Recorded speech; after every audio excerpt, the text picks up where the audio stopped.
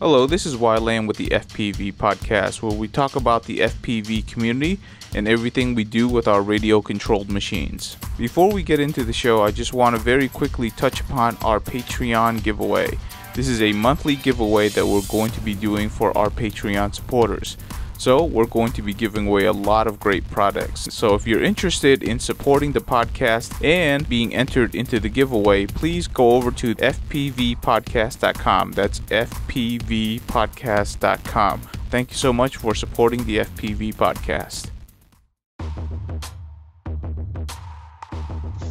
Hello everyone, welcome to this week's FPV podcast. This week we have a person on that's, I don't know, he doesn't spend too much time in front of the camera unless you watch FPVlive.tv, but he certainly is involved in many aspects of drone racing and in FPV, so it's going to be really great to talk to him. But before we introduce our guest, Elvin, stop adjusting your camera and tell me what's up.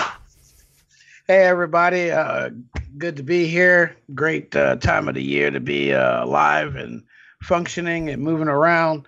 Spring season is here, and we're starting to break out with the wings, man.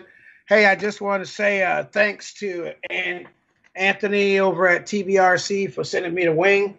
I got it together. It flies great, and I'm about to go put some miles on it. You see what I'm saying? Got all this stuff packed over here. I'm getting ready to go for a long-range trip. We're going to be gone for 4 days out in the mountains, hiking and flying with two of my other buddies. So I'm looking forward to it. Let's kick this season off with a big win and a big bang. There we go. And if you come back with no video, I'm going to be really disappointed in you. I'm just saying. I know. All right, so let's go ahead and introduce our guest, Todd Wahl. Please introduce yourself. Hey there, I'm Todd Wahl. I'm known for being the founder of the Drone Racing Club, FPV Live, or co-founder of FPVlive.tv, and at one time, the president of MultiGP. So The president. Okay, so he's actually done a lot of important things for FPV, so we're going to try to break them down as quickly as we can. But Todd has done quite a lot, and if you watch any of his live streams, I'm sure you remember his voice, or most of you will remember his voice. So Todd, just as a starter, how'd you get into RC and FPV? Well, as far as RC is concerned, when I was young, I got into RC cars. I think like everybody else did, right? Had the Grasshopper. Our age. Yeah, the Icarus, the Grasshopper, those buggy style. That's all we had. Yeah, exactly, right? That was the only choice. Was that Tamara? I can't remember. Yeah, what was that? Tamaya. Yeah, Tamaya. So, but anyway, but I got my start into multi-rotors actually pretty early on, 2005. I was looking to kind of, hey, I want to do something as far as RC beyond cars, looking for some sort of flight thing, something unique and unusual. Did some research and actually found a guy that had developed a quadcopter, a guy named Zenon Dragan. I don't know if you know who he is.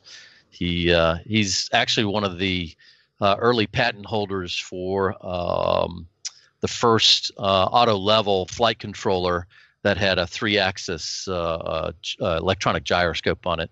And so anyway, he had a kit for the Dragon Flyer that I paid about. Yeah, he did. I was like, is he talking about? Yep, you're talking about the Dragonfly. The Dragonfly, I have the motors for it in my drawer over here. Oh, I still got my original. It's been rebuilt about a dozen times. Oh my God! Here we go. This is it right here. It's of course broken, but that's it. Yeah. Oh yeah, look at that. Yeah, that's old school. It actually came. These are actually plastic blades. I actually created carbon fiber blades because I used to lay carbon fiber and Kevlar in a previous life, working in aviation, and so I formed my own carbon fiber blades. But it actually came with foam blades. You're talking about foam blades that would fall apart if it came near a bug or anything. It would just shatter to nothing. It was meant to do that, though. It was a foreseeable safety feature. Yeah, exactly. In case you got hit. Right. because it could happen. It could happen. Those DC motors freaking swinging so slow, but it was a pinion gear and type of hub and spoke deal. But anyway, so that was my. What's that? It's where the original Parrot drone design came from. So they just narrowed it, made it smaller, and worked on the flight control system. That's why it became such the great thing that it is. It was incredibly advanced. I actually flew at FPV. I mean, I put a camera on there that he actually made a plug-in for the controller on, believe it or not, and I had a 933 gigahertz receiver, I think is what it was, with a Lily put a 7-inch LCD screen. I don't know if y'all know what those are. I plugged that into it, or I'd plug it into my laptop to see it on my screen. That was old school back then. You had to do the video converter system. Yeah. Oh yeah. But here's the thing: I wouldn't fly at FPV like we do it today at all. I mean, it was a hover. You're above the tree line, above the roof line. You weren't really flying much below the tree line. You were trying to stay away. If you hit somebody, you usually hit yourself. Oh yeah. Without a doubt. Trust me, I destroyed and rebuilt that thing probably 100 times. Because it's carbon fiber. These little carbon fiber spars, I had to fish the wires through. It's crazy from the flight controller to the motors and solder them all. But and they would splinter, and the splinters on those things were ridiculous. I mean, sticking in your hands and stuff. Probably not very healthy. Man, long time ago, man. That's a long time. But I had a bunch of kids. So I tabled it for a while. I jumped back in about 2008. Pulled it out of the closet, started flying it again, 2008. That's when, Jordi Munoz and Chris Anderson did DIY drones. So did a lot of research on those guys. DIY drones I was a member of. I really didn't build a lot of stuff from the Arducopter until the first real kind of componentized flight controller came out. You know what I mean? That I played around with a little bit, did some fixed wing things, did horrible fixed wing, did like everybody else did, like a flame wheel setup, but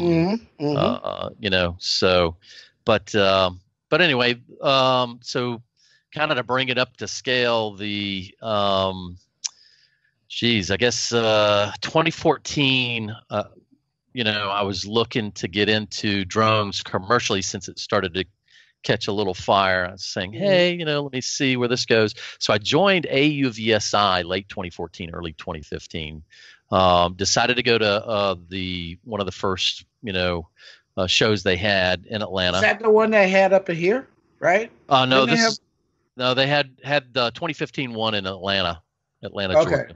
Okay. And so there, I was trying to, network to find out, is it worth my time, money, and resources to get into the commercial aspect? Well, by the end of the show, I came to the conclusion, no, it wasn't, based on everybody I talked to and the fact that FAA hadn't got off their ass. A lot of people don't realize FAA was told by Congress in 2008 to come up with the damn rules. Right.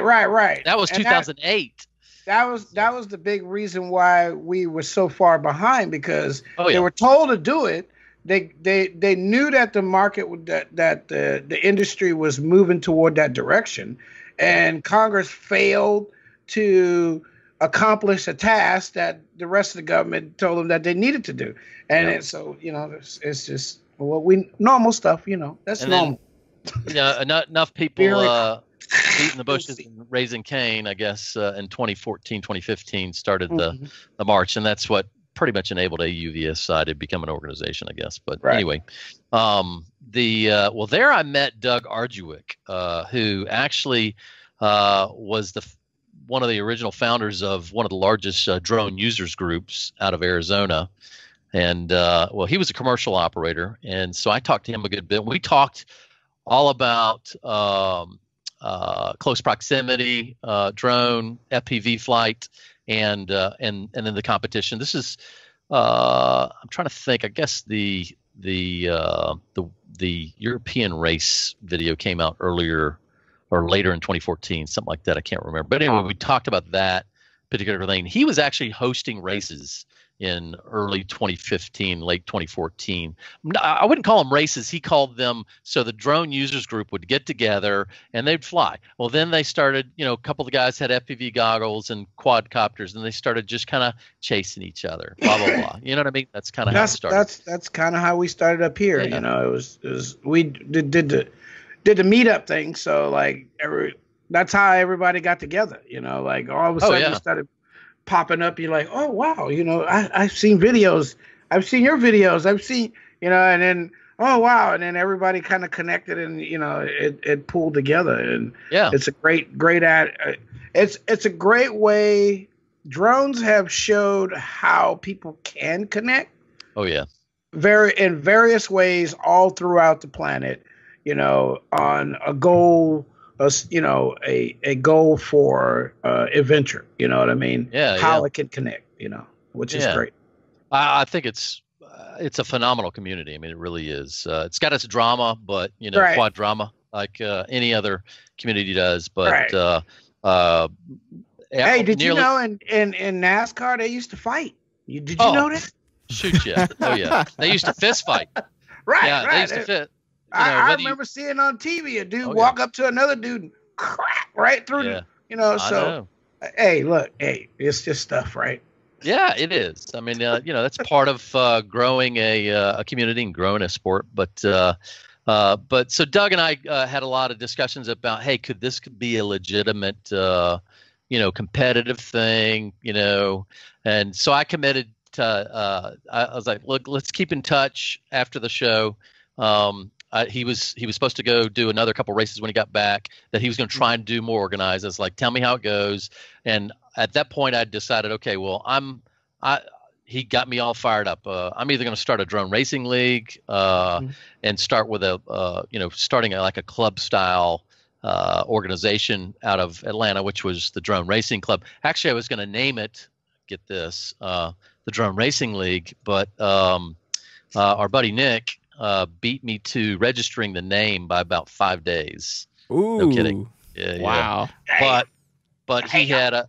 I'm glad I didn't do it because I didn't have the time, money, resources. Yeah, I mean that's what I was about to say. Imagine if you had done it on the same day. What if you had done it on the same day? Because you got to go to court about it. Well, here's the thing: is I didn't have any bit of the same vision that he had. Right? You know what I mean? It was a total different thing. He would have done something else. I mean, meaning I think he would have named it something else if I had beat him to it or something. But that's the way it works, man. It was meant to be for him for sure. And he's done a phenomenal job. I am in absolute awe, of what he's accomplished. Right. So, knocked it out of the park, man. Yeah. And well, they're on their fourth season now, right? I mean, this is about to be, they got couple of more years. They just signed a contract to extend out for a couple of more years. So this is, we were wondering what was going to happen. Yeah. Right. Yeah. Well, there's a lot going on with that for sure. We can get into in a minute, but, so the Drone Racing Club. So I actually partnered with somebody to start the Drone Racing Club who was a business associate of mine, Daniel Gunnell, good guy I've known for a decade plus, and had what I did was I set up a bunch, I guess, core directors, guys. So I'll tell you what, I'll tell you this little story. So when I did my first DRC meeting, right, in Atlanta, I wanted to see, because I wasn't in touch with the at least the quadcopter community in Atlanta. Right then it was kind of fragmented. It was before anybody knew who Jonathan or Steele was, that kind of stuff. Well, I put it on Meetup, to hey, I'm putting together this organization. We're going to try and figure out how to make drone racing a sport. Come figure out what it's all about. So ended up with like 38 people that showed up to that meeting. Families and old guys that were 60-something years old in RC, all the way down to 10-year-old kids, right? Well, out of all the group, Steele Davis and Jonathan Davis showed up, Schizo and Steele showed up for that first meeting. Not bad. Yeah. So outside of that, the core group I found, which Chris Toombs, who's my partner in FPVLive.tv, was there. Yeah. Had Lino Vogt, Vivian Van Zyl, who is Funfly FPV, does YouTube videos on quadcopters. Nick Holmes and Ringo Davis, who all were my kind of directors that would help me put on the events and things like that. But anyway, so once I established that and started getting together, it drew the attention of Chris Thomas. And so Chris reached out to me and got wind of me thinking about starting a league. And so we had a couple long discussions, and he pretty much told me, hey, look, it's kind of silly if we both try and set up a league. I've got this software I've been working on. He showed it to me that helped him organize the races and do the frequency setup, the lap sync, or race sync, excuse me. And then and I was like, look, you know what? I've got a full-time company, IT consulting company that I ran. I don't have a whole lot of time or money to dump into a league. That's top-down approach for me. Why don't I just take the bottom-up approach and stick to the club or chapter kind of concept, and then we'll just keep in touch, and share ideas. So every so often we would talk. We'd talk every couple of weeks, typically, in regards to drone racing as a sport, right? And how's it work from the chapter level or the local level to the league level type of stuff. But and then FPVLive.tv and my partnership with Chris Toombs, and actually Daniel Gonell was in that same partnership too, for FPVLive.tv. The thought was as I was running races and putting together events, I had to have a way to draw people's attention to it in order to hopefully net some more participation and maybe spectators, right? In other words, so put it online, promote it online, social media, via YouTube, via Facebook, Twitter, whatever, Periscope, and try to get people exposed to it that had never seen it before. And so we spent a lot of time, money, and resources on developing, well, how do we do that? And capture the first person view, be able to do switching, do overlays, have timing plug into it. We spent a lot of time, money, and resources on that for sure over the years, and produced a pretty good production. It still needed. I mean, heck, it's still evolving, right? I mean, always is. So it's never going to be perfect. There's always something to work on, and you never have enough resources or money. At least, I mean, I kind of liken it to, hey guys, because people ask me, what kind of budget do you have for that kind of stuff? I was like, listen, I don't even have a shoestring budget. It's a flip-flop budget. Right. I mean, you'd be surprised how little it's more blood, sweat, and tears that was put into it than and don't forget the backs of the helpers, Oh, that's what I was saying. Blood, sweat, and tears, for sure. We know a lot about that part. Trust me. Oh yeah. There's a bunch of people that helped us along the way. I mean, both volunteer and paid. I mean, so it's absolutely without a doubt. A lot of those volunteers, we want to make sure that all you volunteers out there, we thank you. We thank you for putting in your time, your effort, for the love of your sport, your hobby. Well, drone racing wouldn't be where it's at without volunteers. Right. I mean, true that. That is definitely true. And I would say that I think the first time I saw FPV Live at .tv, I thought it was a really interesting idea. And, you have a very flashy website, so you make it look like you're a multi-million-dollar company. But we understand that, when you're a startup and you're an entrepreneur, you do with what you have for a budget. And he's actually done a really excellent job. And over the years, I've seen his equipment involved and how much he can do with Chris Toombs on the budget that he currently has. And it's actually gotten really good. And you should definitely check out any of the live streams if you actually have an event that you go to. Just as a quick, intro to FPV Live.tv, it's like, what is the core product that you currently do with FPV Live.tv? Well, FPVLive.tv is all about basically a broadcast of a live event, right? So to showcase the who, what, when, where, how, why, and how often. Sometimes you'll see why on there. Yeah, that's a good one. I saw that. Yeah, that's good. That's boom, right? So the idea was, originally the idea was to be self-serving for us, right? And then people started calling us. Chris Thomas started calling us, right? Saying, hey, look, why don't we use FPVLive.tv to do, back then was the 2015 champs. Let me back up a little bit. I can't remember if it was 20. Okay, first big live stream that we did, aside from our own deals, which was the Maker Faire. Maker Faire was a pretty big deal, Maker Faire Atlanta, that we did in 2015, but F3 Expo. So I had partnered with, this will give you some history too. I partnered with Meeting Expectation, Christine Hilgert. Yes. Yes, you know who that is? Yep. Oh, okay. Yeah, so she, she contacted me saying, hey, look, we're looking for a partner to help out and make this event happen. First of its kind, they had big money behind it, blah, blah, blah. Yeah. I was like, great. Okay, sure. I'll help out. Alongside Steele, Jonathan, and Chris Braun, and you were there, right? So that's where I actually got to know and met Joe Scully and David French. I knew them online, through social media, but met them in person and became lifelong friends with them, after that point. But and that was absolutely an exciting, interesting event. But then they let us live stream the last day of a Sunday inside the Georgia War Congress Center, which was the race that had a little bit of issues because of footage now.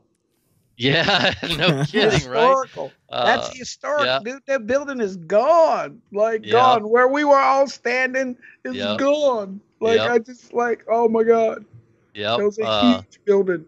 And let's see here. That was Paul Nurkala was there for the first time. Yeah. Bapu. Of course, people knew about Bapu before that. Brian Morris, Gabriel Coker. I got to tell you a story about Gab. Okay? People don't know this. People don't know this.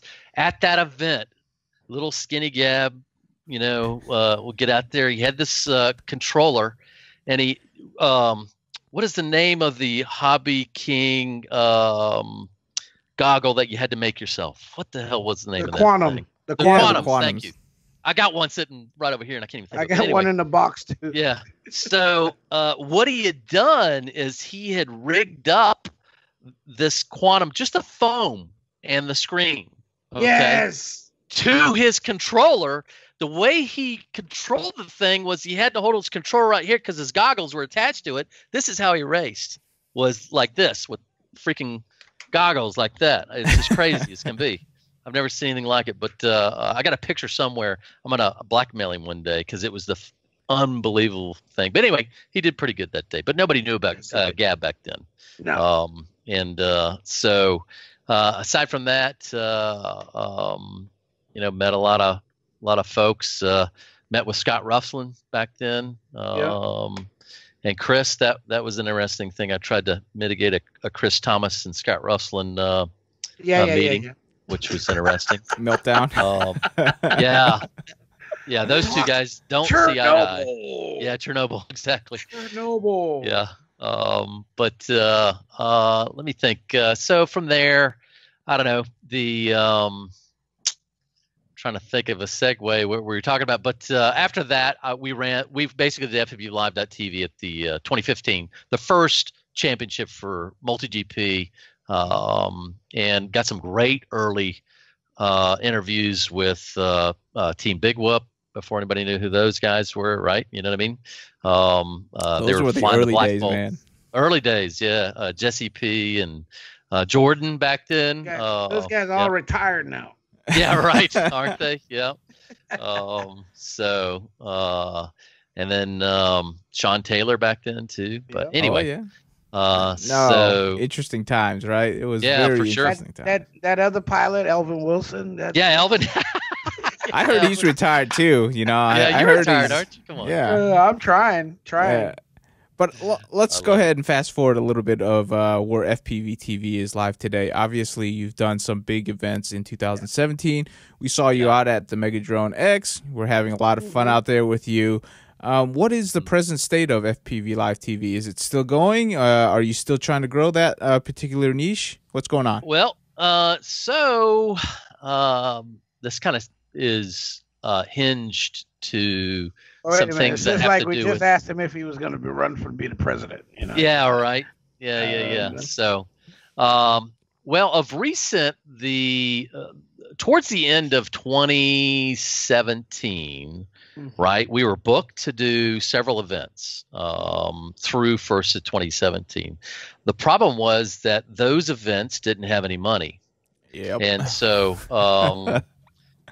the long and the short of it is, if you don't have money, I'm not going to do it for free, and I'm not going to pay to go broadcast your event. And that was the expectation for some of these events. And so, I eat, sleep, and breathe off of sponsorship, and generally that sponsorship is based off of the event, right? And so the model was that the event host would be in partnership with us. We'd co-op, and I would raise some sponsorship and they'd raise some sponsorship, but they still had to pay me a booking fee and get me there, pay for my expenses. But the vast majority of the burden of responsibility, which, cost-wise determined the level of production that they would get, was on them. The organizers. So, and you hear this? Why you hear this? You hear how this works? Yeah. So, they were using FPVLive.tv logos, and I keep bugging them for booking fee, travel arrangements, anything to help me understand that we're going to be able to get there other than just me with a microphone and a camera. Right. Yeah, exactly. Right. So towards the end of 2017, there were several events where all right, we're advertising that we got FPVLive.tv, but you know what? We're going to find somebody that's going to do it for free. And so they bring somebody in that will do it just for travel expenses, which, nothing wrong. I'm nothing against that individual, but that's not a good business model, self-sustaining, and it doesn't help me out. So, so that happened 3 times actually towards the end of the year, and and it is what it is. If your event host can get a live stream done for little or nothing, and it's not too bad, then I don't know. That's it's hard to justify paying a pseudo startup production company that is asking for a reasonable amount of money based on what the production level is expected. You know what I mean? Right. So anyway, so that happened with the Reno event with Champs Multi GP.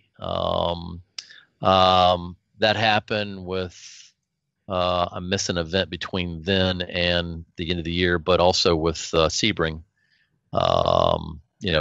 Just they didn't have the money. You know what I mean? And and it happens, right? And it happened also with the collegiate drone racing. Really? They couldn't raise enough money. So and I can't pay to have the crew come out there. I mean, just the van alone to carry all the crap is $900. You know what I mean? Right. So, we know let all alone, about that. Yeah, it's not cheap. It's not cheap, and I love the sport. I love what the collegiate drone racing guys are doing. Tyler I mean, they got a great vision, and I hope they can make it work. But it just wasn't in the cards for them. And you don't want to try and here's the thing for me. If you don't have a certain level of funding for production, I'm not here to do a production that's less than what I've done before, to be honest with you. You know what I mean? I feel like the sport needs to have some bars raised within reason and then have everybody work towards them. I'm tired of doing backyard races. I'll be frank with you. You know what I mean? It's just not, that's not a business plan.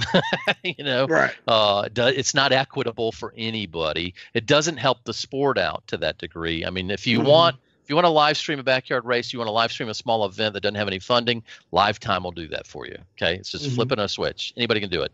Overlays and all. It may not be 100% pretty, and you may not have cuts and all that stuff, or commercial breaks, but who cares, right? It serves your purpose.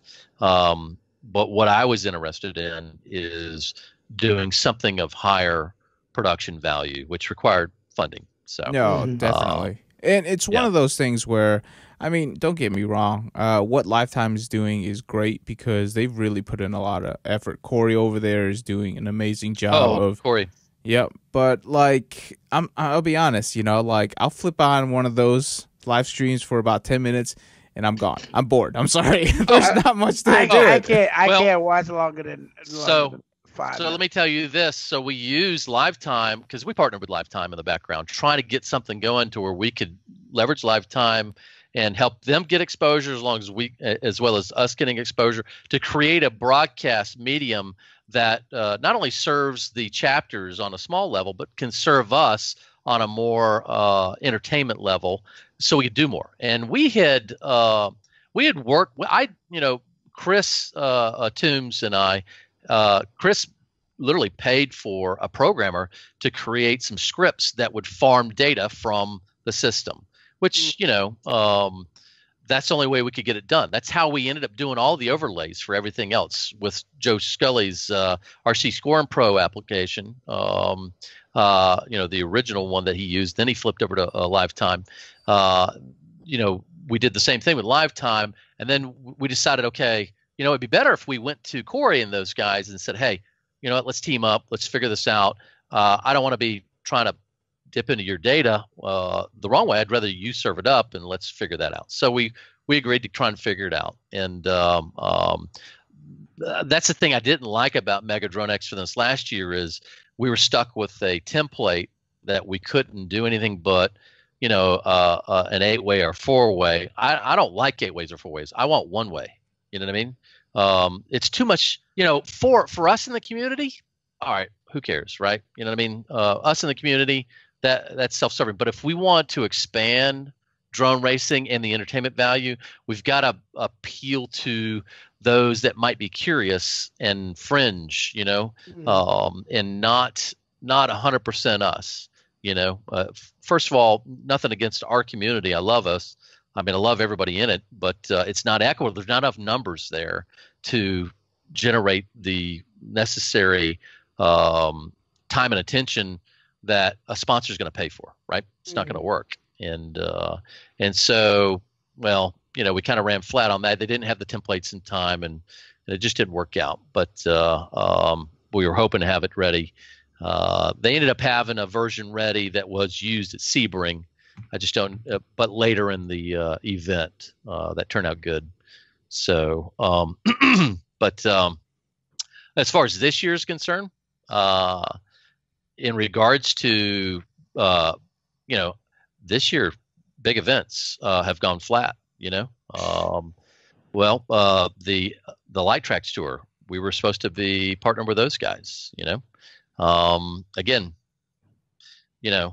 time, money, resource issues. I don't know what exactly it is, but just couldn't get anything booked. It is what it is. It is what it is. And it's a tough time in the industry right now if you're the ones, trying to build these things and, working behind the scenes. But we'll discuss that a little bit later. But I definitely feel your pain because here's the deal, right? DRL is probably the high benchmark in terms of broadcast production. Right below them is Sure. probably DCL and something like that. And then, you know, in the middle somewhere is like, you know, what MultiGP is trying to do and what Lifetime's trying to do. And all the way at the bottom is just like straight out live streaming, in which there's just a TV on and basically nobody pays attention. And it's like, it's terrible, right? And there's a huge gap in between DRL and where we are right now. And like what your company... and that's what we're trying to do, is fill that gap. Hole. We're not talking about, because I mean, you can't compete live with post-production. There's just no way, right? You know what I mean? And it's like trying to polish a turd when you've got analog video. I mean, you know what I mean? There's only so much you're going to be able to polish on that turd. Analog video sucks, is what it boils down to. So trust me and Scully and a few other folks have had a lot of debates about, you know, races that are live that need to be broadcast. You know, should they be using straight digital or not? You know, I think they should, you know, honestly. And in order to give that better sense of the live appearance for a FPV feed, you know. So, but anyway, so at this moment, we're not strictly booked for anything. I'm not out there beating people's doors down, to be honest with you. Mainly because I haven't seen anybody that has the necessary time, money, and resources to put together an event of a production level that I want to be involved in, to be honest with you. And so another one is our buddies over at Smash, right? That kind of came as an opportunity and went as an opportunity. And we can talk about that in a little bit too. So that was an interesting ride over there as well. So yeah, definitely. But let's go ahead and transition over, because obviously Lifetime is something that you've been working on. Hopefully it doesn't die off, and you know, we see other opportunities for you in 2018 as we progress. You mean FPVLive.tv? Yeah, that's what I mean. Oh, sorry. Yeah, FPVLive.tv. My apologies. You get them confused after a while. But what people don't know is that during the time when you were actually doing all of this FPVLive.tv stuff, you were also the president of MultiGP. So, and a lot of people don't know, to be honest, because I say your name, they're like, what? He was president? We have a president? I'm like, so tell us, what does the president of MultiGP do during the time, during your tenure? Well, I kind of snuck in the back door. I mean, it was publicly announced towards the end of let me think here. What's year? This is 2018, 2017, 2016. I'm sorry. Yeah. So I had sold my IT consulting services support business in 2016. And all along I'd, been in touch with Chris Thomas, and he'd always kind of joked about me coming on board and helped out here and there. And I sold my business, and there was an opportunity for me to make a decision. I was either going to spend a lot more time, money, and resources on the DRC and FPVLive.tv, or something else that I was kind of brewing as far as drone racing is concerned.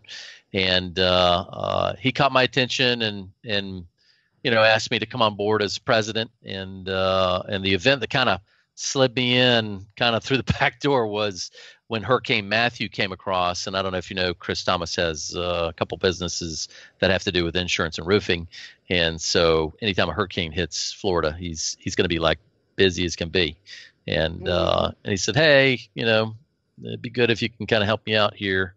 And so that was July, August or September of 2016, and that's when I started to jump in and work on hosting the weekly executive calls as the president. I really didn't care if anybody knew if I was president or not, to be honest with you. But my job was simple and complex at the same time. It's kind of hard to explain, but as president, my main focus was to build, with any business, what you want, right, it's simple. You need people, You need processes, right? You need a product or a service, right? That can potentially bring in some sort of revenue, because it's not money doesn't grow on trees in Florida, unless you're a citrus farmer. But and then technology and partners, right? So when I did an assessment, it took me about 2 months to do an assessment of where multi-GP was at from a business structure standpoint, and it had some gaps that needed some help. So in essence, building structure, building product and service framework, and basically building value. Building value not only for the pilots for first, everybody talks about that, but also building value for the other components that are necessary for something to not only survive but thrive as a business, right? Which is pilots, it's the evil sponsor and vendors. You know what I mean? My gosh, those guys make the world go round. I'm sorry, but right. If they weren't around, we wouldn't have the frames, the motors, the batteries. And why not put them on the banners and stuff? You know what I mean? Give them some sort of accolade for supporting the sport. They deserve it. They deserve an ROI, just as much as the pilots do. But aside from the pilots and the sponsors and vendors, but also what I would call partners, okay, like the folks with FAI or AMA. Could be FAA, could be EAA. I mean, it could be a lot of them that I had to deal with in regards to general aviation, to drones, to industry folks. Safety. Yeah, safety as well. But in addition, it was the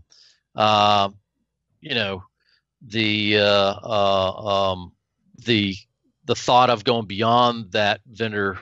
A sponsor and partners to include what I would call the potential person, or excuse me, the volunteers and the chapter guys, right? Got to build value for those guys, right? And then beyond that is spectators, which are the people that are curious, right? That potentially want to see it both live streaming on television or in person.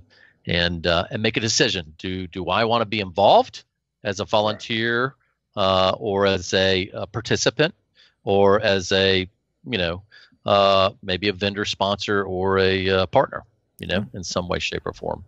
And so I worked with Joe Skelly a good bit to come up with the drone racing production,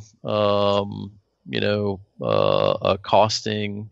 Worked with Nelson Aquino a good bit with building the league sponsorship as opposed to the series sponsorship, as opposed to the event sponsorship packages. And I worked with PSYS Adventures to formulate the STEM initiative out there that actually could pay chapters and pilots if they wanted to represent it, and then working with the manufacturers and the vendors out there, trying to figure out how do we build value in this league that serves all those components, and I felt like I was making some pretty big headway. Yeah, during your tenure. Yeah, during your tenure, you've definitely had some major events go through. Every one of the pilots loved it. And building value in this particular industry, because we're such a close-knit group, and also, things don't stay around in popularity, so it's not like it's very easy to sustain a vision when things fall in and out so quickly. So it's definitely a challenging job, but I would say during Multi-GP's tenure, when you were president, things really looked really good and still continue to do so, but I think you did a great job. Yeah, well, I appreciate it. I was super passionate about it. I mean, I literally worked my ass off, eat, sleeping, and breathing. Almost alienated my whole family during the time. It was the most I've ever worked, actually. At one point in time, I ended up putting in 80 to 100 hours a week before International Open, and then at International Open, I actually worked almost 48 hours straight during a particular period of International Open. Elvin, you know that, right? Megadrone, the first Mega. Oh yeah, you remember that? Yeah, y'all know how it is. Yeah. Oh my gosh! Shoot. Hey, people are surprised. I'm such a peacemaker. Such a peacemaker. I'm telling you what. It's you don't get very much sleep during those big events. No. You catch a nap wherever you can, and you keep on going on adrenaline and sugar. You have to. Yep. Yeah, I know, right?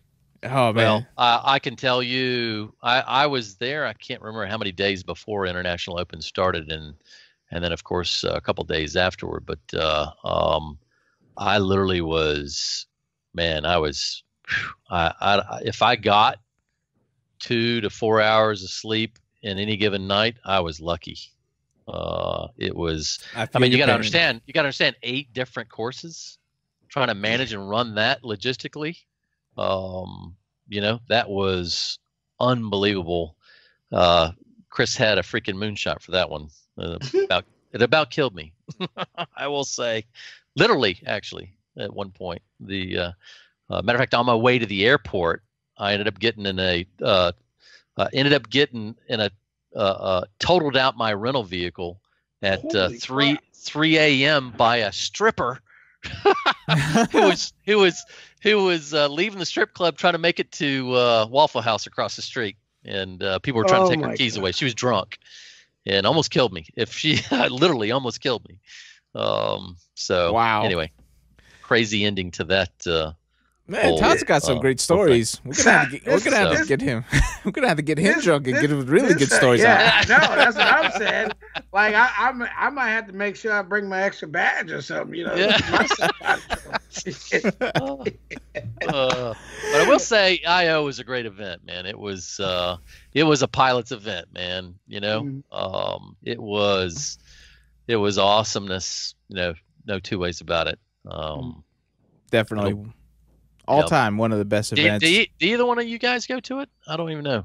Yes, I was there on the weekends and loved every minute of it. Met so many people there, you know. And it's like, you know, when you're part of the community, you chat with the community, you walk around. You can't go like more than 10 feet without knowing somebody that you met on the internet.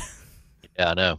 Yeah, right. And that's the cool thing about that event was everybody from around the world who, you know, you chatted with or watched videos of, you could actually go see, you know, in person and sit next to it. Heck, we even had NASCAR guys, you know, Gabby Chavez was one of them who actually he's still racing. Yeah, and he's doing good. We were going to try and get Brett Baer there, but Brett couldn't come because of, I guess, training or something like. You know who I'm talking about? Brett Baer, the pitcher for who cut his hand off of a drone. Yeah, he cut his fingertips. Yeah. So, and it was put on the bench. It put him on the bench, but yeah, for like 2 weeks. Yeah, 3 weeks. Tried to pull that off, didn't work out. But hey, you know, you tried. We had Rotor Ride there, right? So it's it was a great like all around community event, and hopefully in 2018, it does just as well or better. But you know, only time will tell. But obviously your tenure as president is now over and you've moved on to different things. So let's go ahead and discuss them because if you haven't figured out by now, Todd likes to have a lot of things in the pot and he likes to stir fast because apparently he doesn't like to sleep. I don't know. He has something against sleep. Can't wait till it settles. Can't wait till it settles. I get these ideas, man. I can't get them out of my head. So the only way to get them out of my head is put action behind them. You know what I mean? See, so, true entrepreneur. He's like, you know. It.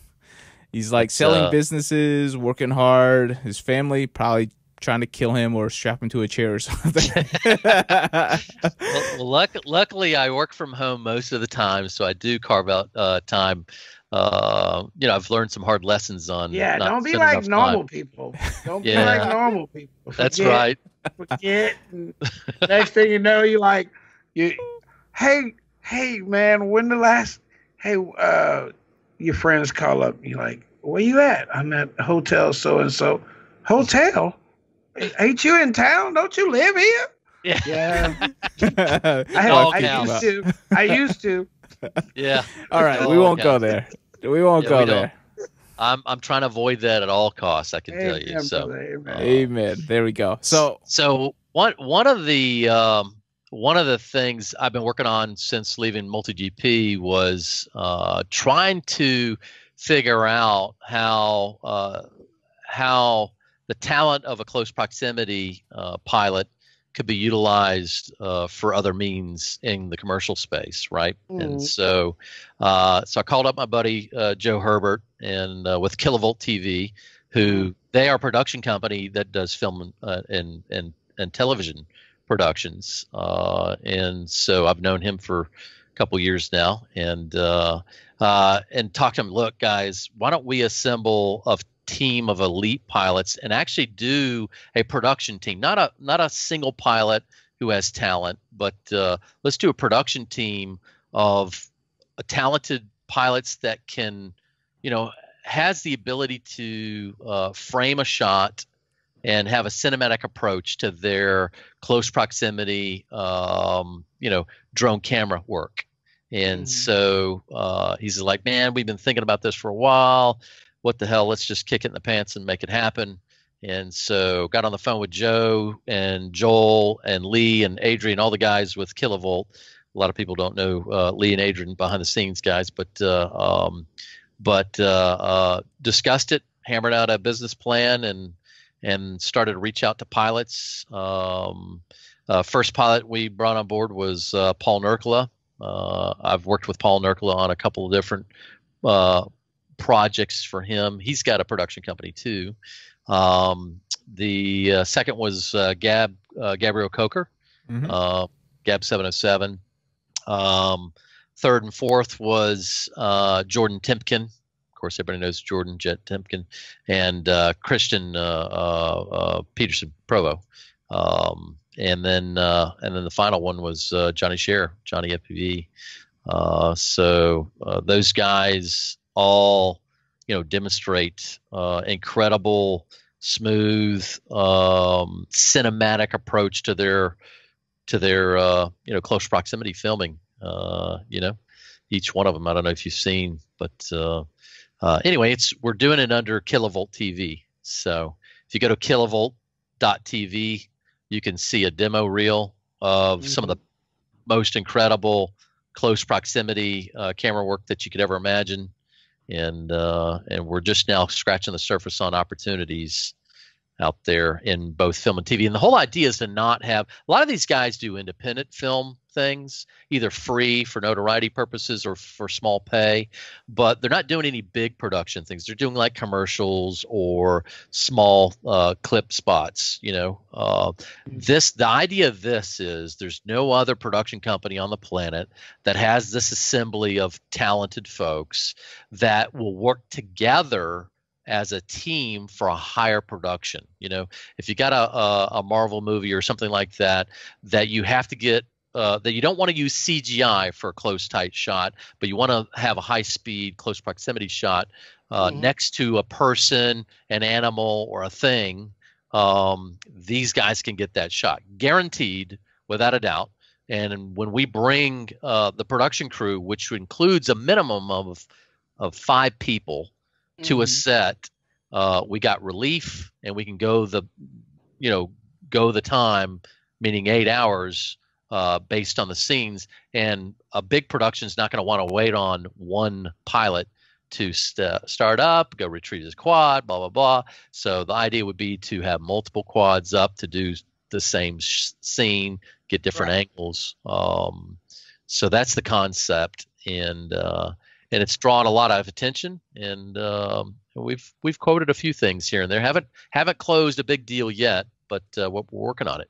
No, I think that's a really interesting concept, and I think it's kind of in the makings right now, because what you're saying is, and I think this is where the first one is going to break open the dam, right? Because if you can just show the type of motions that you can capture, or the type of angles that is traditionally impossible to do except with extremely expensive productions or, like lots of computers, I think people would really like that. And I think there is a place for it in the world of, where I mean, drone shots nowadays is kind of like it's a must-have for almost any production nowadays. Yes. But if your drone production can do more than just hover and do a strafe, it probably will bring extra value to you. So right. So yeah, the difference, just to clarify to people, is being close proximity. It's all below the tree line or below the roof line, right? And even indoors, traditional manned or unmanned aviation can't replicate the shots that these guys can get.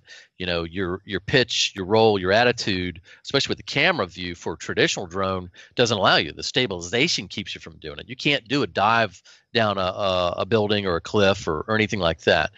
The orientation just doesn't work. And as far as a manned helicopter is concerned, you can't fly below the tree line. Yeah. Well, it's life-threatening. Yeah, expensive and life-threatening. So there's only 4 3D certified helicopters in the world. So yeah, right. And you have to do like to fly down a building and pull up, you know, within safety for the dramatic effect would be super strenuous on a helicopter, in which case you would have to have a 3D certified helicopter to do it. And like I said, there's only four or five pilots in the world that's certified to do that. Yeah. It's one of the things where I think you got something going there, because we see more and more of it, the pilots doing these things. And what I like about the pilots you selected is that they're all professionals. I mean, most of them has race DRL. Most of them have a clear resume. As long as they keep their nose clean and they know how to, you know, work themselves around a production set, you're good to go. Yeah.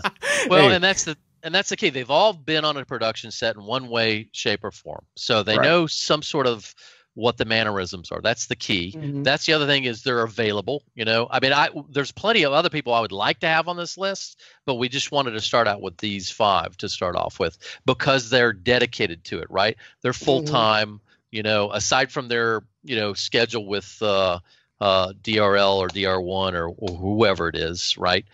Which is minimal.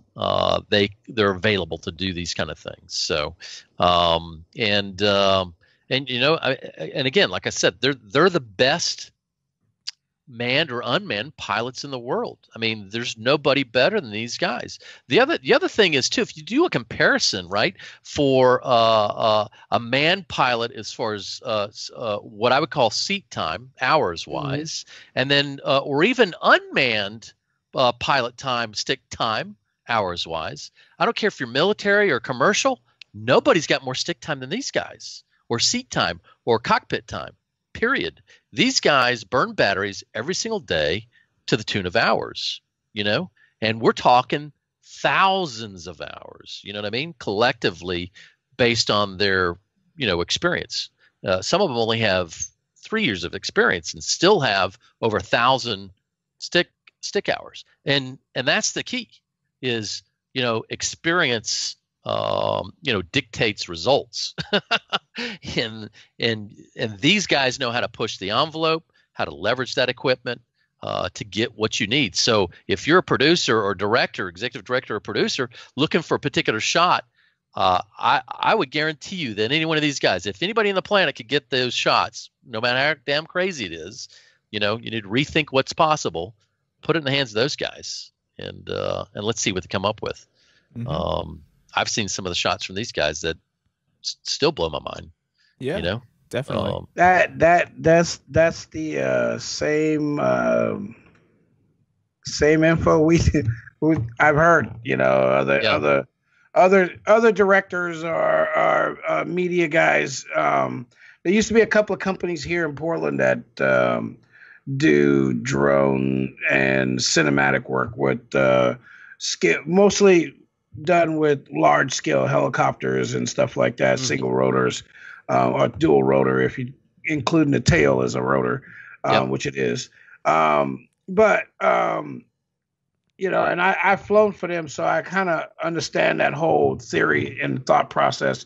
And then I fly drones on a competitive basis and for enjoyment, and I can see, like, there's places I've been that I would love to reduplicate some of the possibilities of flights that we've had, you know.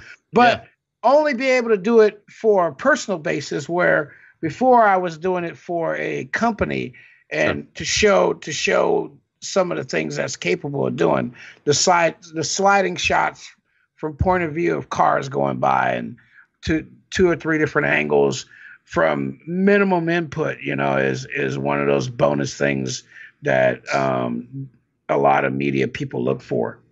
Sure. Oh yeah. Yeah. Mhm. Yep. And Perspective. That cinematic approach. Mhm. Not everybody understands that. I mean, I'm not perfect at it, but these guys get it. Smooth and steady, baby. Yeah. smooth and Silky. steady. Yeah. Yeah, and Butter. there's a few production companies out there that I know of that can do some drone shit that is just absolutely amazing, and it would be great if you can add to that, because well, let's not go there because that would be a whole different subject. But good luck with that company. I think it's great. Hey, What I would I love could to talk see. about it all night. Yeah, I know. What Yeah. I would love to see is if you guys can somehow build a drone, and you can like take a camera, because this is kind of the level of production quality footage wise that you would really need to turn heads. Is like you would need to decase basically a Panasonic GH5 or some sort of 4K digital camera, make it light enough to where a drone can pick it up and get some, like some really high quality video out of there. Because a GoPro Yep. is like, that's bare minimum at this point. So if Yeah. you can just up that. But okay, Oh yeah. different subject. I'm Yeah, but there with you though. Yeah. So I'll tell you right now that some of the guys on the team are working on not only frame designs that are Mhm. more geared towards film and TV. Yep. Yeah, cinematic close proximity drones, which it needs to happen. Plus, I mean, if GoPro would get off its sorry butt They're struggling, man. They're and struggling, do man. something, Money, old money Nick, tight. old Nick needs to rethink his strategy on that. I mean, he opened himself up to having DJI eat his lunch based off of a little bit of a Well, you rift heard between them. they're discontinuing the session, right? So Yeah, which is bad for us, right? You know what I Right. mean, as far as the small goes. But the thing is GoPro had an opportunity to become the white label go-to camera for all drones. Instead, what they do, they picked a fight with DJI because they Mhm. couldn't come to terms with doing a white label for them. And what Mhm. did the CEO DJI do? And Nick do? They did an FU to each other, right? Well, who's winning the FU battle? It's Yeah. DJI. The Well, Zimus came up because GoPro and them couldn't come together. And then what did Nick do? Nick tries to build a freaking drone, right? right. Which was the stupidest thing in the world. Well, that's kind of how all of this market has advanced. Really, I mean, if you really think about it, a lot of these pilots have gotten pissed off at working for like Time Cop and DJI and Yep. and Mark, the dude from Nays Abused Mark. Is the reason why we had the Nays flight controller, and Yeah. they walked away. He walked away from DJI too, Yep. as a contract. So and then what's his name? Mr. Big Money, 3DR. Oh, Chris He was Anderson. doing great. Yeah. Yeah, he was doing great until he screwed the market and told everybody that had been helping him for the Yeah. last 8 years to go, we're going to go sell it off to Microsoft. I mean, Intel. And it's like, listen, I understand the whole, we got to make money and we need to grow an empire. Yeah. And, you need to feed the empire, because as the empire becomes bigger, it's a more amount of people that need to feed off the empire, right? I totally understand that. But how is this market going to grow? I mean, if you keep taking Yep. from the people that are giving, Yep. you're going to run out of stuff to get. Well, Right? and if you keep resting on your laurels too, Right. that's the problem with GoPro. GoPro got too comfortable with where they're at, and the sports camera market's been totally decimated by the mobile phone market, right? Right. Just totally killed them. And so again, like I said, they open up a vacuum. They could have been the white label camera for all drones, period. But they screwed that up. I'm afraid that because they're getting rid of the session, they're probably moving away from that 100% because they feel like they've been burned, right? You know, and they're I don't know what the hell they're going to put the money into. Hopefully something smart. But I'm sorry, action cameras right now is not going to pay the bills for them. It's just the way the market's going. But I'll tell you, I'll make a prediction for you. The next camera that you're going to see probably used on any of the racing drones that will replace a GoPro probably is going to come from DJI. Yep. So DJI has been. I don't know if you've noticed. I'm sure you have noticed, but I don't know if other people have noticed. But they've actually have a few testing facilities over in Asia and over in Korea where they're testing a lot of stuff, and a lot of it is small scale racing stuff, you know. So dude, I'll never forget the time we were building our drones, and this was when the X 300 was out as the original, the kit that you could buy, right? The X 300 was out, and then there was an X 500. The X 500 was out, and then the X 300 came out. Remember? Anyway, but with that, you know, things just like it's so simple how these markets change from direction to direction. I mean, that's what's it's everything is so volatile because, and then everybody's trying to make all the money they can off of that one thing. And me, I'm still confused at how some people actually influence the market. Yeah, you know, because it's like, what the hell were you thinking, or you know, or like you know, what are you really trying to buy another car? you know what I mean? I mean, you're making changes in the industry, and you're not thinking for the positive good of the people. You're only thinking of the positive good of the person. Yeah, right. It's tough, and well, go ahead. Getting out of touch with your client base is doesn't help you, right? You know what I mean? No. And well, I don't know if y'all paid attention, but Xiaomi, you know, the folks that make the camera, has put in a bid on GoPro. Right. They're about to go public. They're going to be washed with money. They think it's going to be the biggest IPO yet in the last decade. Okay. Wow. So and they've done good. They did good with the They came out. They made a product that was comparable to a GoPro at a third it was the a knockoff. cost. It was like a knockoff. Yeah. It is what it is. Yeah. It was a third the cost, and it did damage. It did lots. I think that would be the first time in history where a knockoff actually consumed the brand name. If that does happen, that would be totally crazy.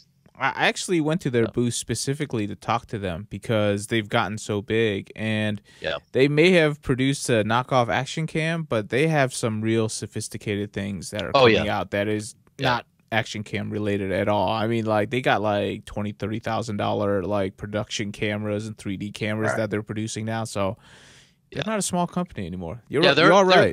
They're actually serious. I mean, they are. I mean, I'm not to poo-poo them. I'm just making that comparison that they literally kind of did a knockoff of GoPro to kind of edge that market. But yeah, you're absolutely. I mean, they're in the mobile phone market. Anything camera related, period. They've got something going on over in China, for sure. So they're a player. You know, that'll change.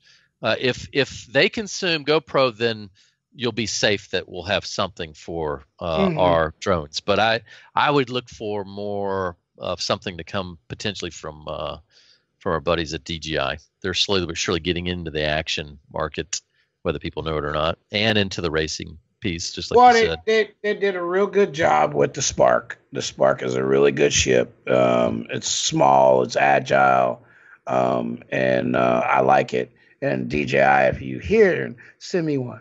I just sold my Spark, actually. Oh man. Anyway, well, be happy that you got one. So the thing is Uh, it's one of the few things that if I was going to get into aerial photography, it Yeah. would be one of the few ships I would get my hands on. Yeah. It's just like, doesn't even, it's not even a question of which one to get. You know what I mean? Right.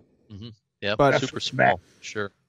It's a nice little nice little drone. But let's go ahead and move on to the next topic. Now, this is your partnership with Kilovolt, which is very interesting, and we'd love to hear more about it, especially if you land your first big gig, because we definitely want to see these pilots, have a career in FPV to show that, there's a path, because right now, like, 18 pilots in DRL is not a path. I'm sorry to say. But let's move on. You're also doing some good charitable work around Atlanta right now. So Drones for Good. Tell us a little bit about that.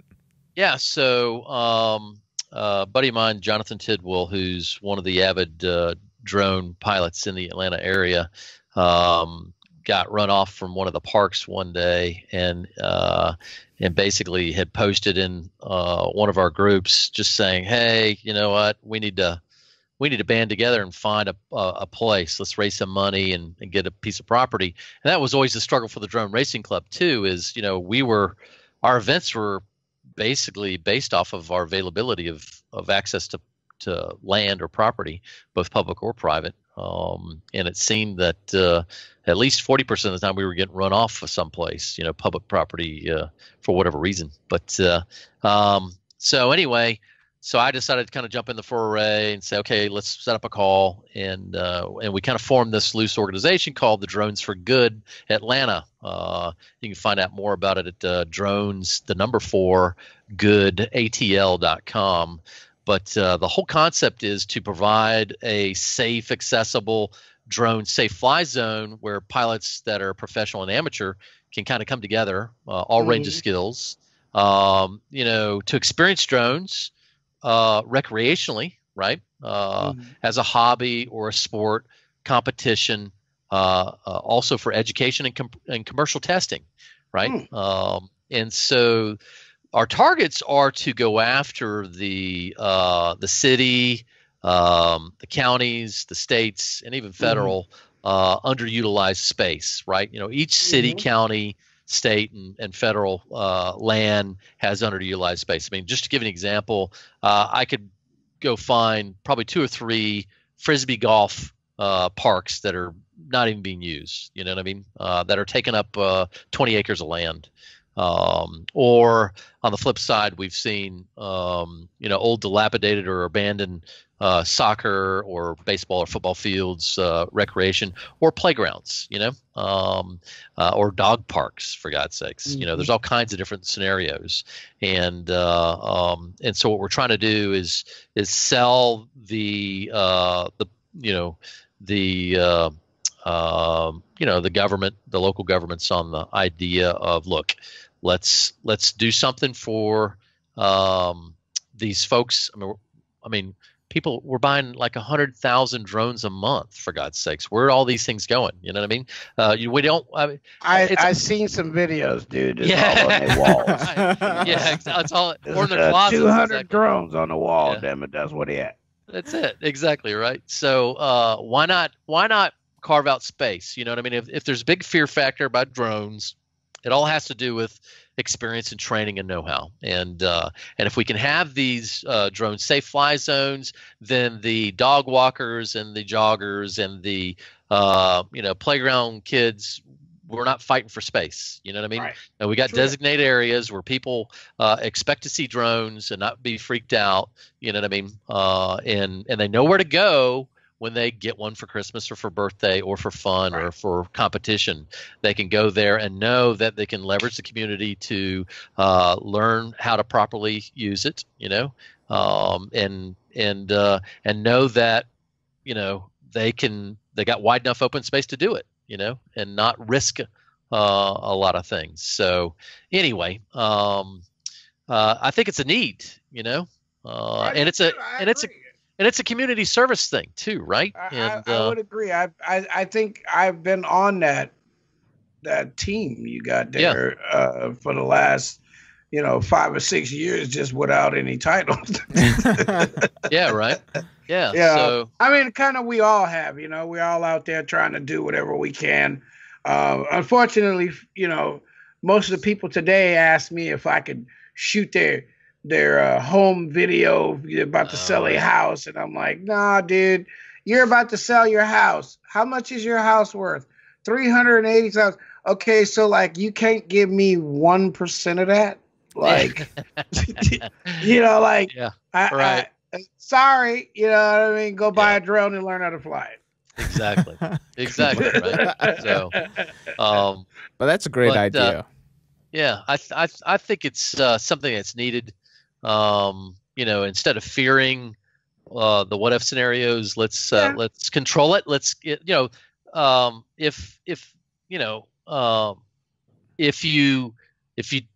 if you expect a good outcome for things, you got to kind of formulate a solution for it, right? You know what I mean?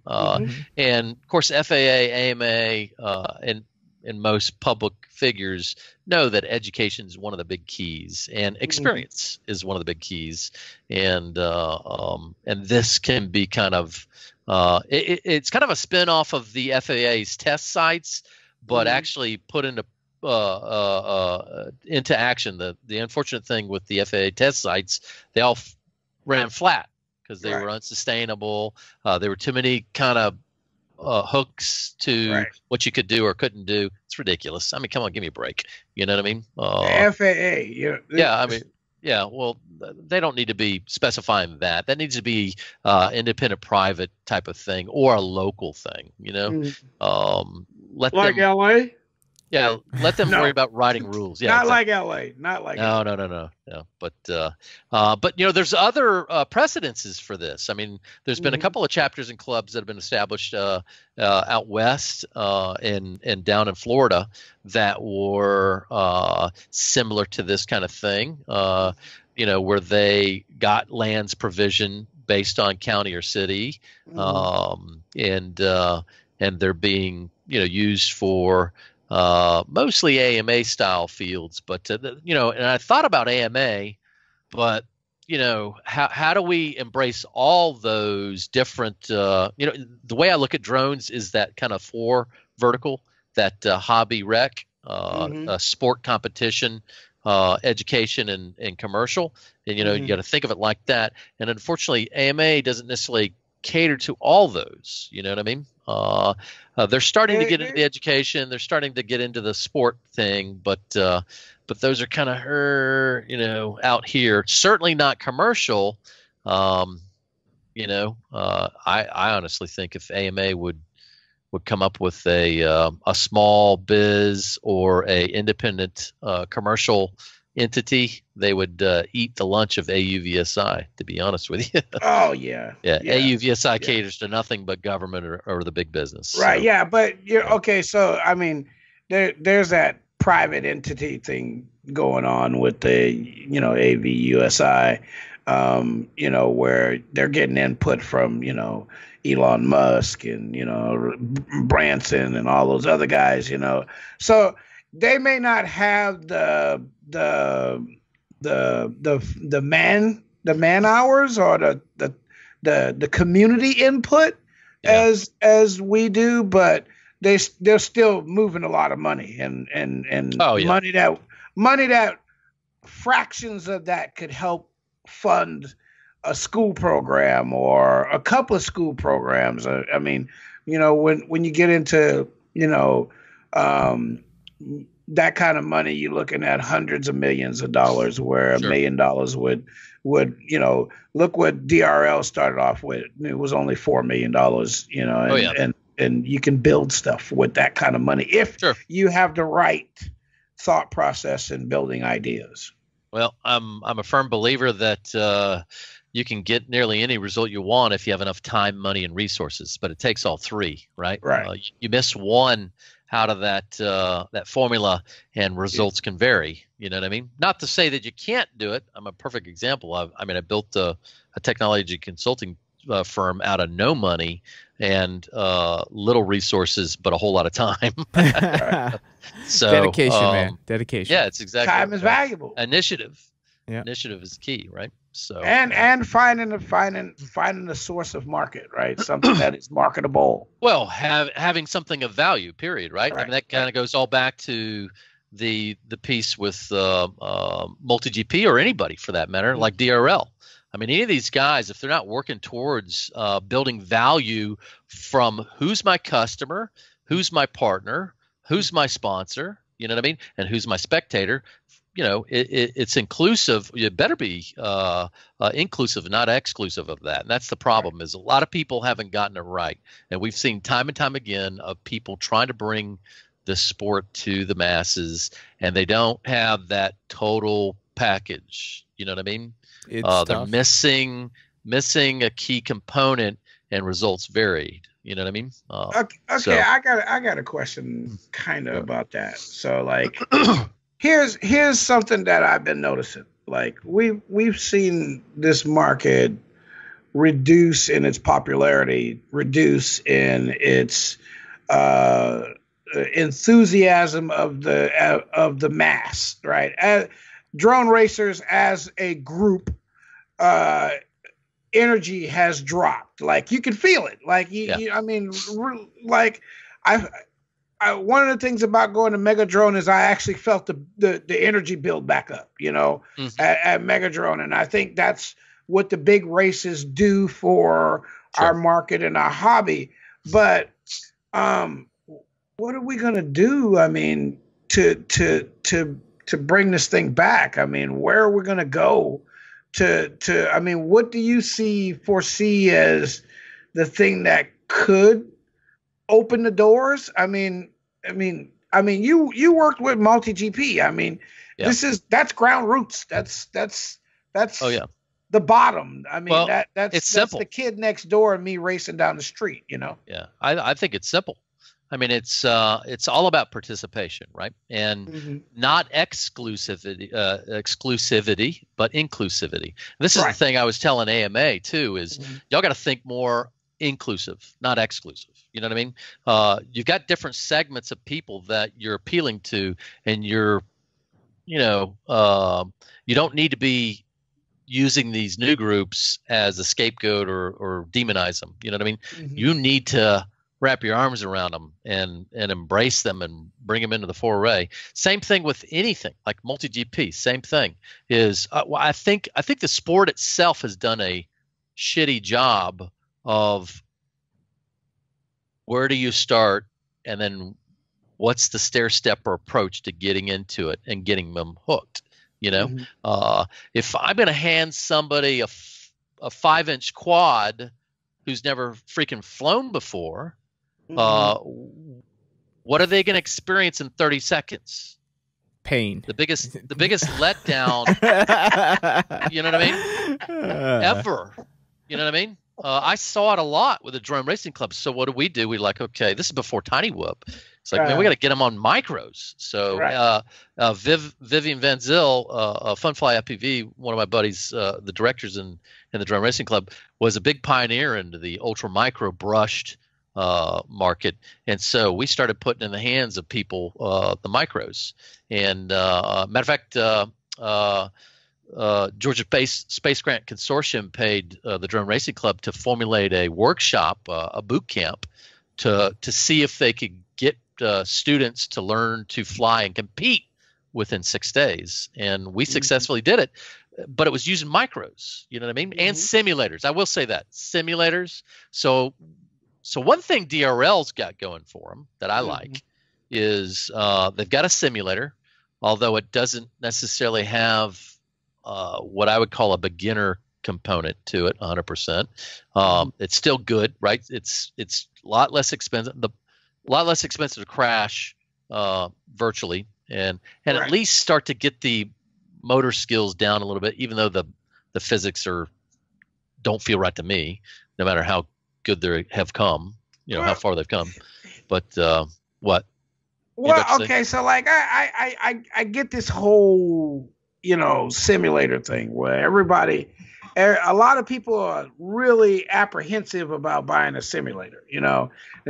It's not like flying a real thing. It doesn't feel like the same. It's not for that.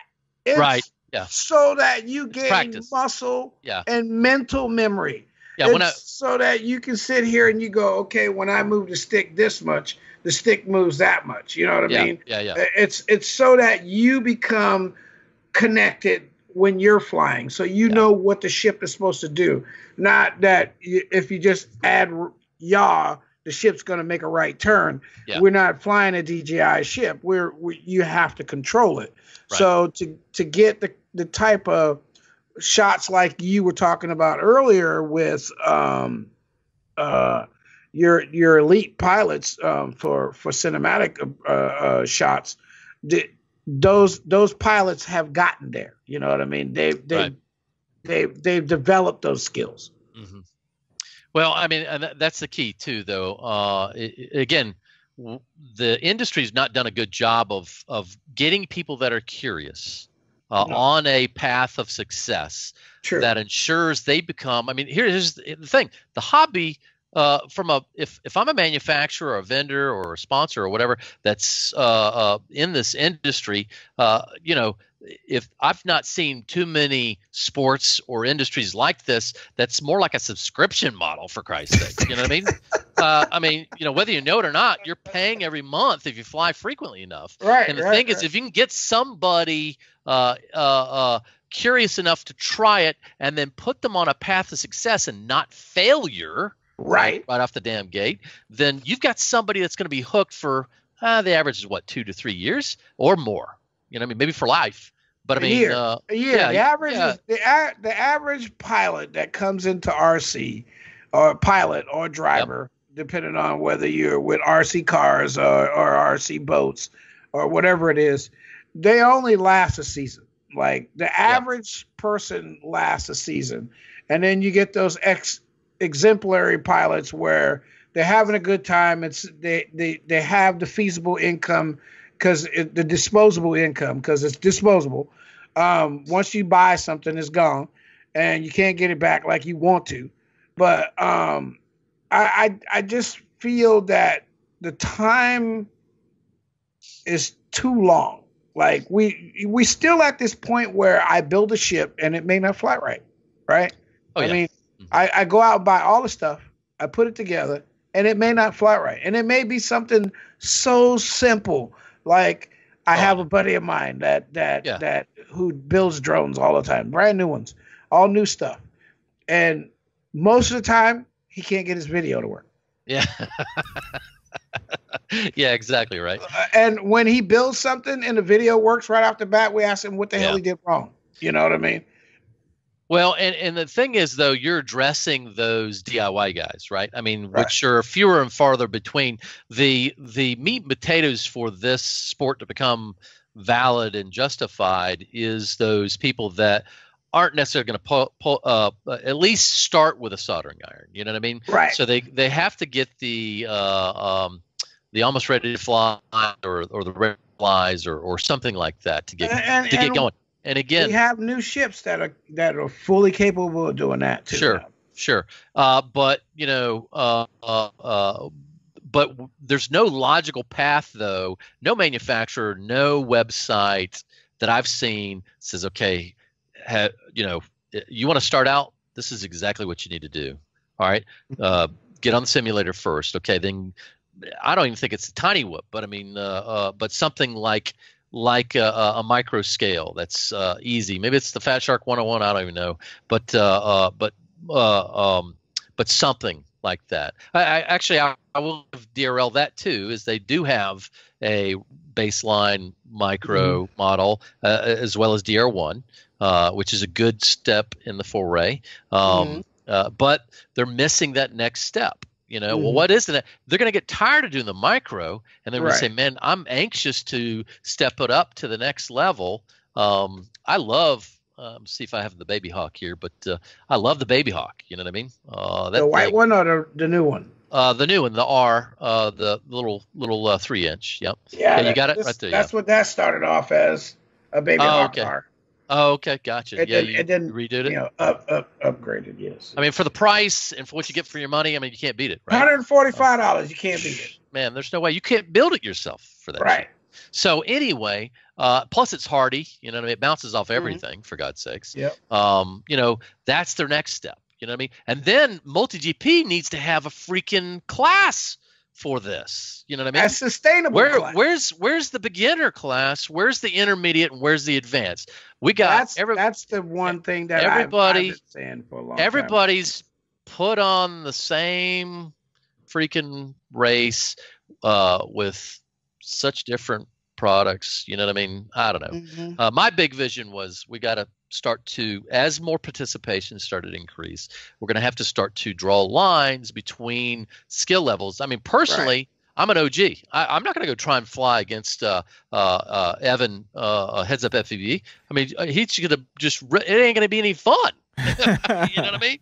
It's not going to be fun for him. It's not going to be fun for me. I'm going to get in his way, you know. That's going to be what I'm planning on doing. You know what I mean? Yeah, make him yeah, here he comes behind. I need a rear view camera is what I need. That's what I need.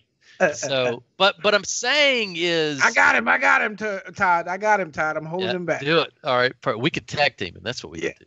The OGs will rule. You know what I mean? So, but anyway, the you know, operational maturity of a sport requires that you start to delineate that a little bit more. And I was hoping that we would be there by now, to be honest with you. Yeah, it's tough. I totally agree. That's one of the reasons why we haven't grown enough. Well, and that's the key too, is keeping it exciting, you know, standardizing some core things to where year in and year out, people know what to expect and know what to bring to the table to compete. You know what I mean? Let's not change the rules. You know, let's keep it steady. And then, you know, guarantee an experience when they show up to one of these events, right? And again, standardizing those processes and having the right people running the events makes a difference too in what the outcome is going to be. Which, you know, that's what the regional series is for. I love the regional series. I think it's incredible. You know, the participation and everybody vying for a spot. Yeah, that's a pretty good deal. I want to see a Top Gun race.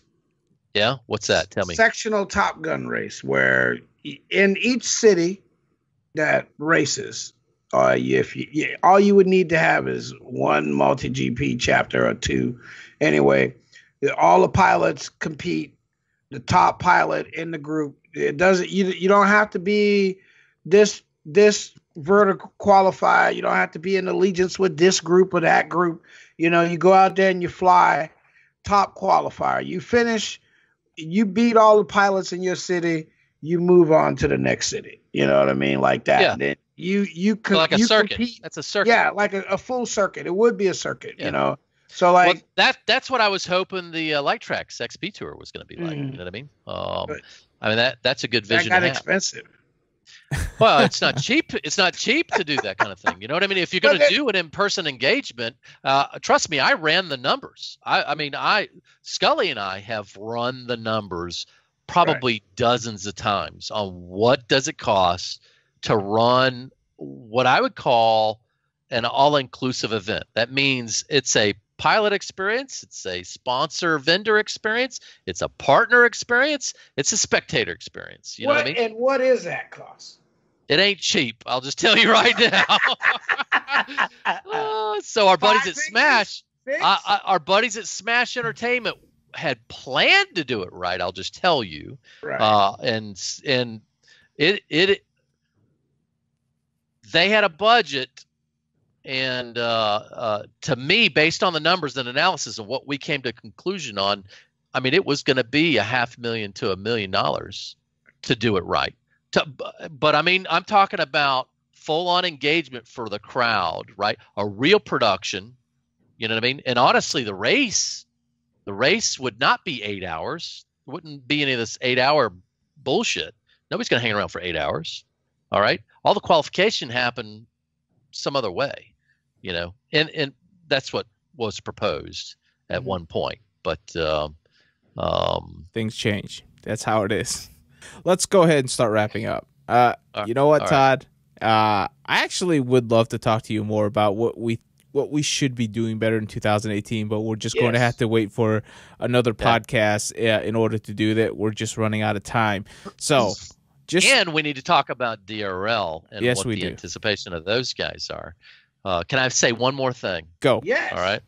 I think. All right. Here's a prediction. If DRL starts to do live public events, it'll change the game 10,000%. Okay. Participation level is going to go through the roof because people can, fandom is based off of the senses, right? Yes. You don't become a fan unless you're participating or you're watching somebody who's participating or you're there to see a celebrity or something like that, right? But football. Yeah, period, right? And so if you can appeal to all the senses during a time period, right? That's what marketing is all about. You can't do that. Yeah, you can't do that through YouTube and television and build a sport or a long tail to a business for that matter. But if you take it live, in-person production, right? There hasn't been a sport on this planet that's been built by not doing a live event. Right. And it's high production. So all appeal to the senses: sight, sound, smell, taste, touch, period. You can appeal to those senses at an event like that, then you win, period. You get a fan, or you get a participant, or you get a sponsor, or you get a vendor. You know what I mean? And it's part of the ecosystem. And unfortunately, because most races don't take into account how to appeal to the pilots, the sponsors, the vendors, the partners, and the volunteers, as well as the spectators, they're missing the formula for success. So anyway, I'll just leave that there. I think Nick Horbacheski is super smart, keen business guy. They did one live event last year, and I just found out they're doing another live event at the BMW Corporate Center. I'll make a prediction. He's smart enough to know that live events is the key to living outside of the television channels and building something bigger and better. Yep. So I think he'll do it. I hope he does. I think if the metrics were there, because the London event where they opened it up, the crowds looked nice, and from all the feedback that we've received, it seemed like everybody enjoyed it. But I guess we'll continue to see. They had 1,000 spectators paying to see it. Period. Right. And you could get more. I mean, we know you can. Right. Yeah. We know you can. It just needs time to build up, right? It's the thing. It's the thing that they haven't been doing is building. Like there was another Dover race this past week, right? And it's kind of like there was no buildup. It wasn't. There's nothing nowhere, about it or leading up to it. You should be leading up to that race 3, 4, 5 months out.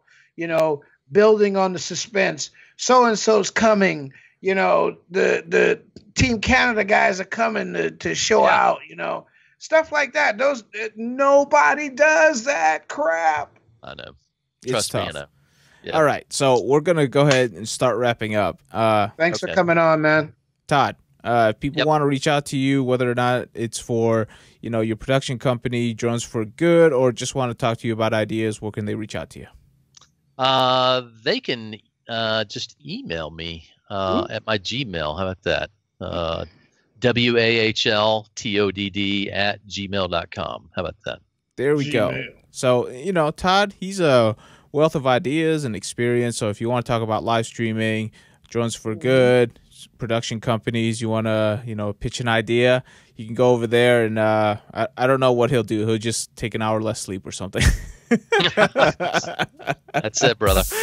All right, Todd. Thank you so much. We're just out of time. Thanks for coming on again, but we'll definitely we definitely want to get you on and talk about some of those things. 2018 is another year where we're seeing things are tough, but where certain parts of it is down, other parts of it is up. So we want to talk about all of that. So hopefully, I don't know, like sometime next month or something that less than a month. Back less on. than a month.